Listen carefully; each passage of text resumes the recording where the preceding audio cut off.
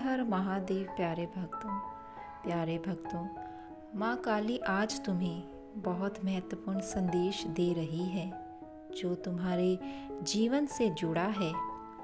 मेरे बच्चे भक्तों, कैसे हो तुम सब? आज तुम्हारी माता तुमसे कुछ ज़रूरी बात करने के लिए आई है। क्या तुम मेरी बातों को सुनोगे? क्योंकि यह तुम्हारे जीवन से जुड़ी हुई है।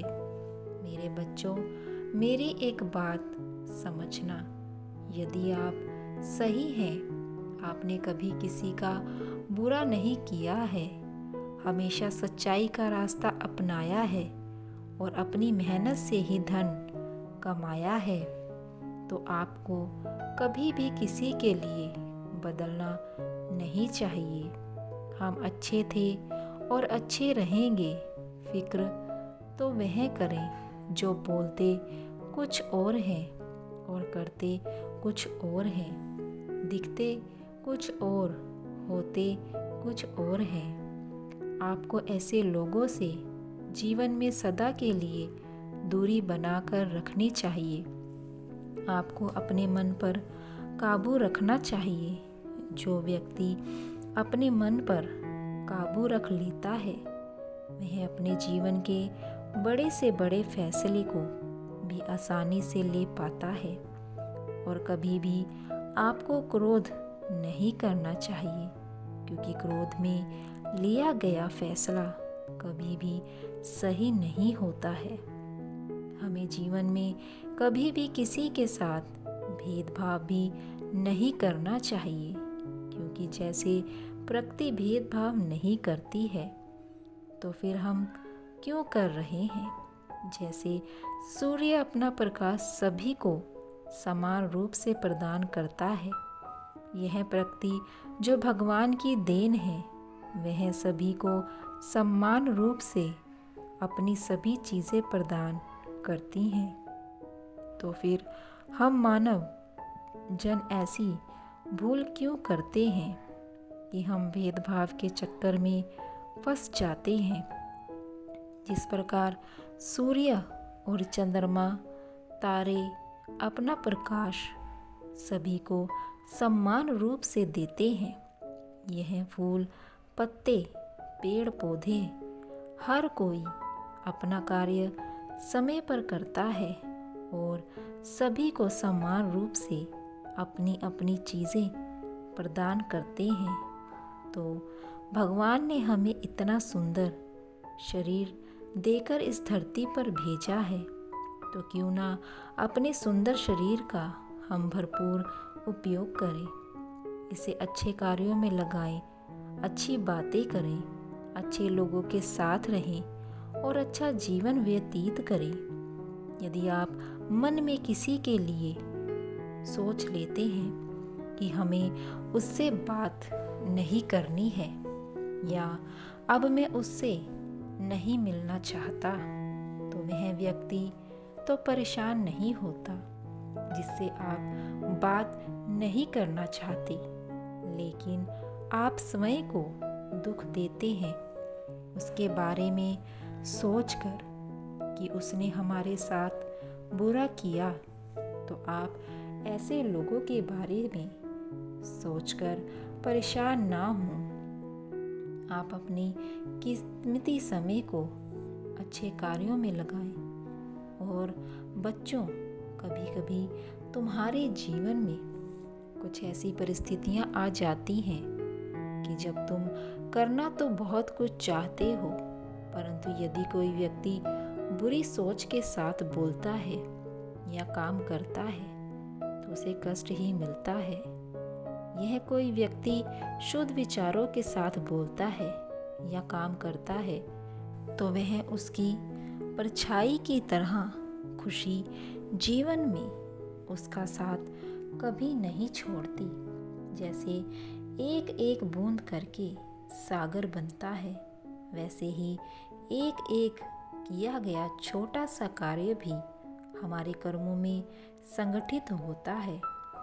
हम कई बार जीवन में बहुत जल्द सफलता पाना चाहते हैं और सुख संपत्ति चाहते हैं, ऐसे में हम कई बार छोटे मार्गों का चयन कर लेते हैं और जिनमें परिश्रम नहीं होता है, जिनमें छल कुटिलता और भाग्य का सहारा लिया जाता है। जैसे कि जुआ, कोई जुए के खेल में धन लगाता है और मनुष्य भूल जाता है कि जुआ एक ऐसा दलदल है जिसमें अगर एक बार गिरे तो उनका सर्वनाश होना निश्चित ही है। यदि आप जीते तो जीतने की और भूख बढ़ जाएगी, और यदि आप हारे तो उसे पुनः पाने के लिए आप फिर से खेलेंगे। मनुष्य को यह आभास भी नहीं होता है कि वह ऐसा करके अपनी मानवता, संपत्ति, अपना सुख चैन सब कुछ दांव पर लगा देता है और आखिर में उसको मिलता है तो सिर्फ हार और पछतावा। इसीलिए अगर आपको कुछ पाना है तो अपने परिश्रम से, अपनी मेहनत करने, आत्मविश्वास, सच्चाई के रास्ते पर चलकर अपने जीवन में उजाला लाओ। क्षमा जीवन में बहुत महत्वपूर्ण है। अगर हम क्षमा कर देते हैं तो हम सुख से जीवन व्यतीत कर पाते हैं। हमारा हृदय खुश रहता है। क्षमा आवश्यक है। क्या प्रत्येक का अपराध क्षमा करने योग्य होता है? नहीं। कभी कभी हम क्षमा करके उस व्यक्ति को और बड़ा अपराध करने का मौका दे देते हैं। मुझे ज्ञात है मेरे बच्चे, किसी ने तुम्हारे साथ छल किया है और तुम्हारे अतिरिक्त कीमती वस्तु को भी तुमसे छीन लिया है। लेकिन तुम चिंता मत करो, क्योंकि जिसने तुम्हारे साथ छल करके तुम्हारी कीमती वस्तुओं को, जिससे तुम्हें इतनी मेहनत से कमाया था, छीन लिया है, उसके पास अब अधिक समय तक नहीं रह सकती है। उसका भी एक समय ऐसा आएगा जब उसके बने हुए कार्य बिगड़ जाएंगे, क्योंकि उसने मेरे भक्तों को बहुत ज़्यादा दुख पहुंचाया है। तुम्हें मुझ पर विश्वास है ना? मैं तुम्हारे साथ इस प्रकार का अन्याय नहीं होने दूंगी। मेरे बच्चे, मैं तुम्हारे इस अन्याय के लिए अवश्य ही उन्हें दंड दूंगी, क्योंकि जब तुमने कोई गलती ही नहीं की है तो तुम्हें सज़ा का डर क्यों है? सज़ा तो उन लोगों को मिलनी चाहिए जिन्होंने तुम्हें दुख पहुंचाया है। ऐसा एक दिन ज़रूर आएगा जब मेरे सामने उनके बुरे कर्मों के फल आएंगे और वह सोचेंगे कि उन्होंने एक सीधे और सच्चे इंसान के साथ कितना गलत क्यों किया, क्योंकि वह भूल गए हैं कि वह जो कर रहे हैं वह सही नहीं है।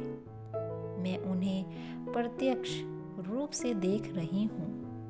अगर उन्हें ऐसा लग रहा है कि मैं उन्हें नहीं देख सकती तो यह उनकी सबसे बड़ी भूल है।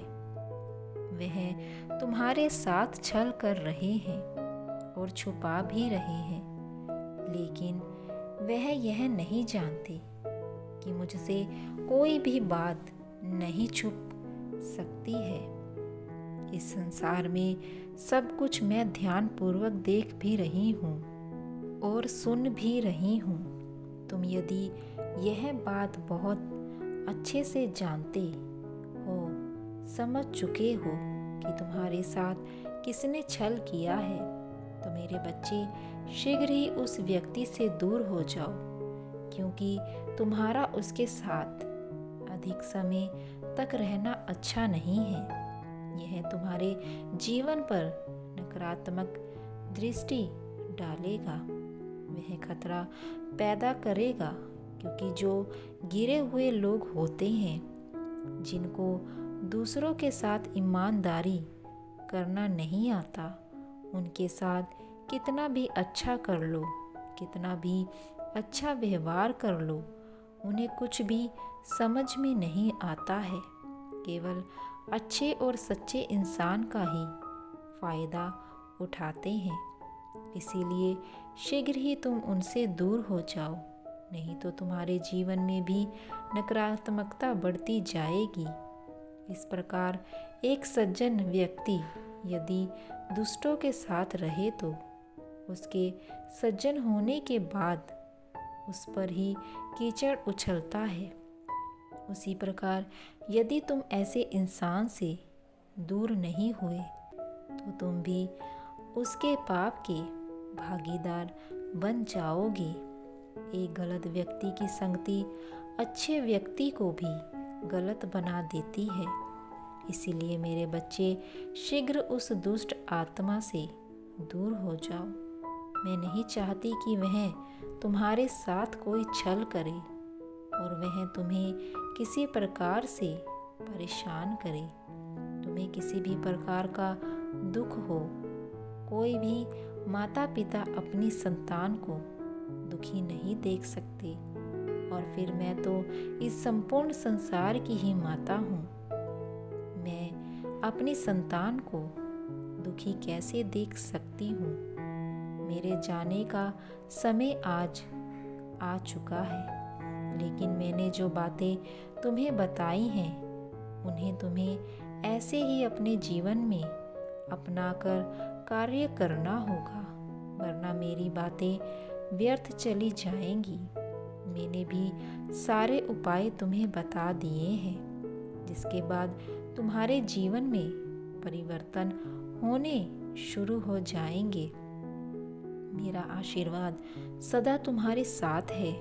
तुम्हारा दिन मंगलमय हो, तुम्हारा कल्याण हो। मेरा आशीर्वाद सदैव तुम्हारे साथ है। हर हर महादेव।